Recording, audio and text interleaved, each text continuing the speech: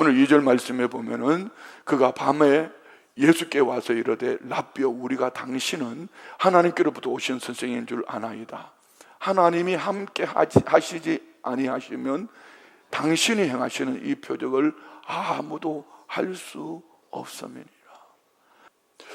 해소되지 않는 갈증이 있기 때문에 밤중에 예수님을 찾아왔다는 것입니다.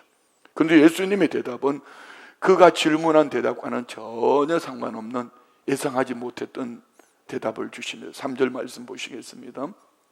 예수께서 대답하여 이르시되 진실로 진실로 내게 이르노니 사람이 거듭나지 아니하면 하나님 나라에 볼 수 없느니라.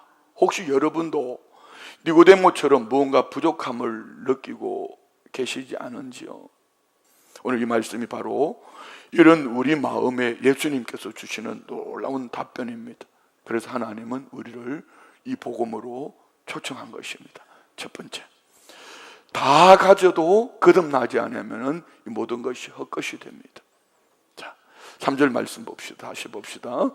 예수께서 대답하여 이르시되 진실로 진실로 내게 이르노니 사람이 거듭나지 않으면 하나님의 나라를 볼 수 없는, 사람이 거듭나지 않으면, 중생하지 않으면, 구원 얻지 못하면 하나님 나라를 볼 수 없다 말씀합니다. 여기서 본다라고 말씀하시는 이 본문, 단순하게 어떤 시각적인 인식을 말하는 것이 아니라 영적인 깨달음과 함께 이 내면의 인식, 내면의 변화가 일어나지 않는다.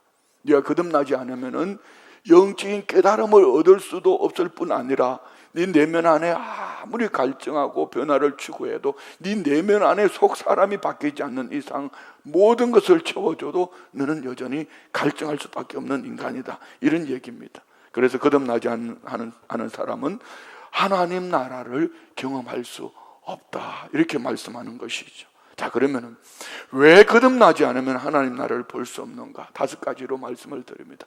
첫 번째는 영적으로 죽어 있기 때문입니다.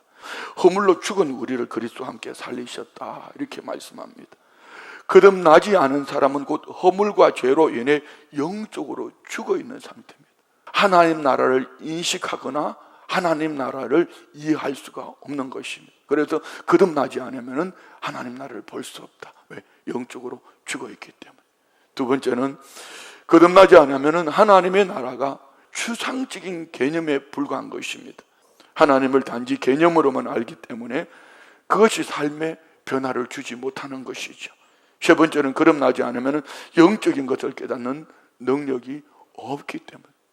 거듭나지 아니하면 먼저 그 나라와 의를 구하지 않기 때문에, 아니 99을 좋은 것을 가지고 있어도 한 가지 부족함 때문에 그는 늘 피폐한 심령으로 살아갈 수밖에 없다, 이런 얘기입니다. 네 번째로 거듭나지 아니하면 머리로만 이해하고 가슴에 와닿지가 않습니다. 다섯 번째는 궁극적으로 하나님을 실제로 경험하지 못합니다. 거듭나지 않으면. 이처럼 예수님께서 거듭남이 없이는 하나님 나라를 볼 수 없다고 말씀하시는 이유가 여기에 있습니다. 사람이 아무리 노력하고 많이 지식적으로 공부한다 할지라도 도달할 수 없는 것이 하나님 나라요, 하나님이요, 그 영광인 줄 믿습니다. 그래서 영적인 세계의 근본적인 변화, 곧 거듭나야지만 하나님과 진정한 관계를 맺고 하나님 나라를 경험할 수 있습니다. 어떻게 우리는 거듭날 수 있는가? 신앙생활에서 가장 핵심적이고 근본적인 질문입니다. 거듭남은 인간의 노력이나 열심으로 얻어지는 것이 아니라는 것이죠. 니고데모는 율법의 지식이 탁월했습니다. 종교적인 열심이 탁월했습니다. 뿐만 아니라 도덕적 생활, 그는 사회적으로 존경받는 그런 사람이었습니다. 그런데 예수님께서 이 모든 것이 하나님의 나라에 들어가는 조건이 아니다, 이렇게 말씀하는 것이죠. 그래서 에베소서 2장 8절로 9절 말씀에 보면은 너희는 그 은혜에 의하여 믿음으로 말미암아 구원을 받았으니 이것은 너희에게 난 것이 아니고 하나님의 선물이다. 이사야 64장 6절 말씀에도 무릇 우리는 다 부정한 자 같아서 우리의 의는 다 더러운 옷 같으며 우리는 다 잎사귀같이 시들므로 우리의 죄악이 바람같이 우리를 몰아가는. 거듭나지 않으면 이 모든 것들은 부정한 것이고 이 모든 것들은 할 것이다. 니고데모 사례는 인간적인 종교적인 노력, 도덕적인 행위, 종교적인 열심 아무리 훌륭할지라도 거듭남이 없이는 하나님 나라를 볼 수 없다, 하나님 나라에 들어갈 수 없다, 명확하게 말하고 있습니다. 니고데모의 가장 큰 어려움은 여전히 자기 자신이 삶의 지금 예수님께 나왔어도 그 주도권이 자기 자신에게 있는 것입니다.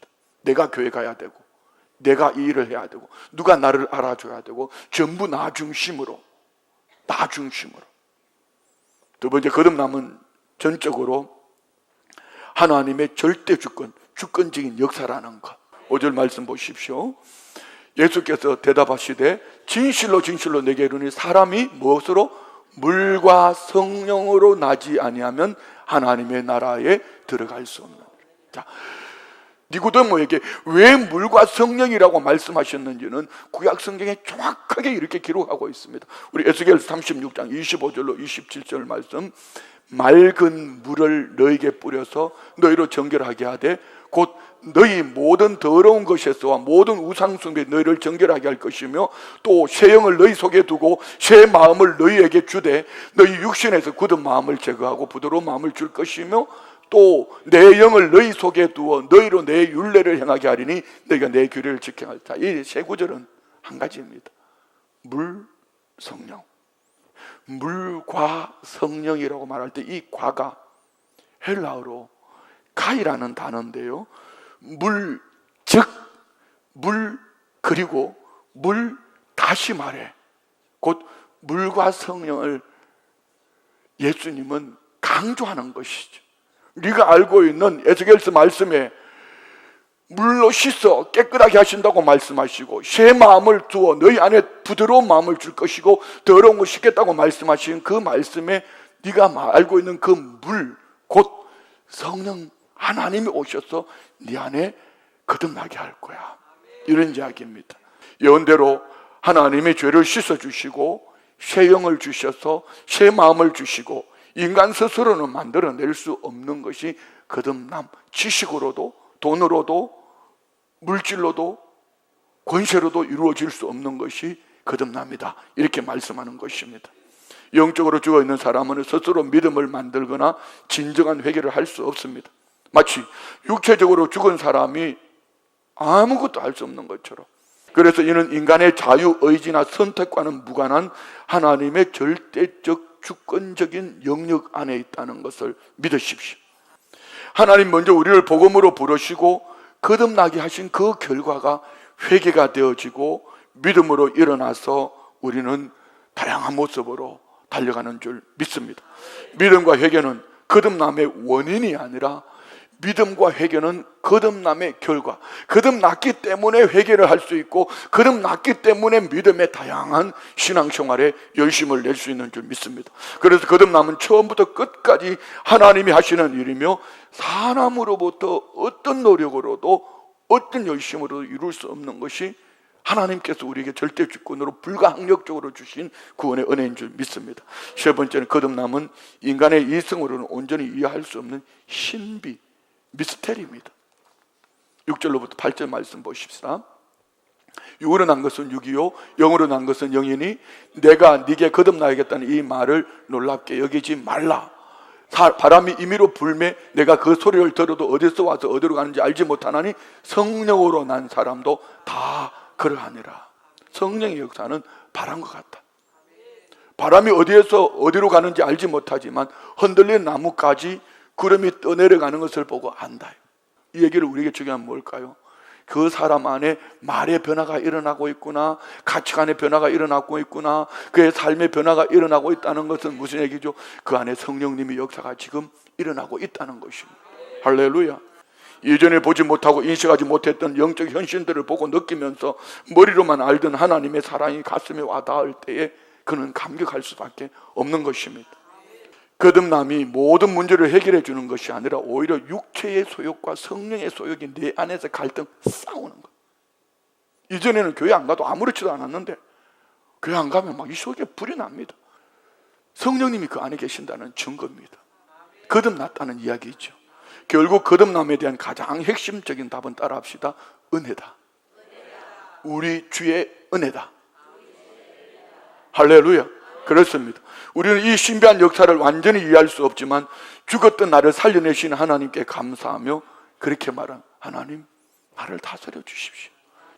물과 성령으로 거듭남은 강제적인 개조가 아니라 사랑하는 아버지가 자녀를 돌보시는 것처럼 우리 안에 정말 부드럽게 따뜻하게 변화를 일으키는 거지. 거듭남 생명에는 이런 아름다운 변화들이 일어납니다. 따라 다 읽읍시다. 시작. 하나님의 말씀이 이전과 다르게 들린다. 마치 말씀을 펼치면 연애편지 읽는 것 같아요. 그래서 읽으면서 눈물을 뚝뚝 흘리죠. 이런 설교를 들으면 맛이 있어요. 재밌어요. 사랑의 편지이기 때문에. 두 번째 읽읍시다. 죄에 대해서 민감함이 생깁니다. 그러나 이것은 정죄가 아니라 하나님의 거룩함을 사모하는 마음입니다. 여전히 남아있는 죄성 사이에 또 갈등이 있습니다.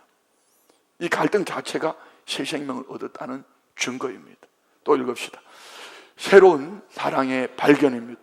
이전에는 내 바운더리 안에서 사랑했다면 이제는 하나님에 대하여, 이웃들에 대하여, 저 아프리카, 남미에 이르기까지 전혀 일면식도 없는 그 영혼들을 사랑하게 되는 것이죠.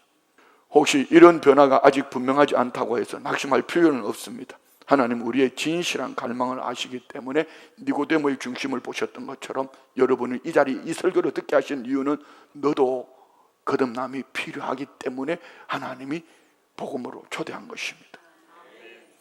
그렇다면 우리는 이 복음의 부르심 앞에 어떻게 응답해야 될까요?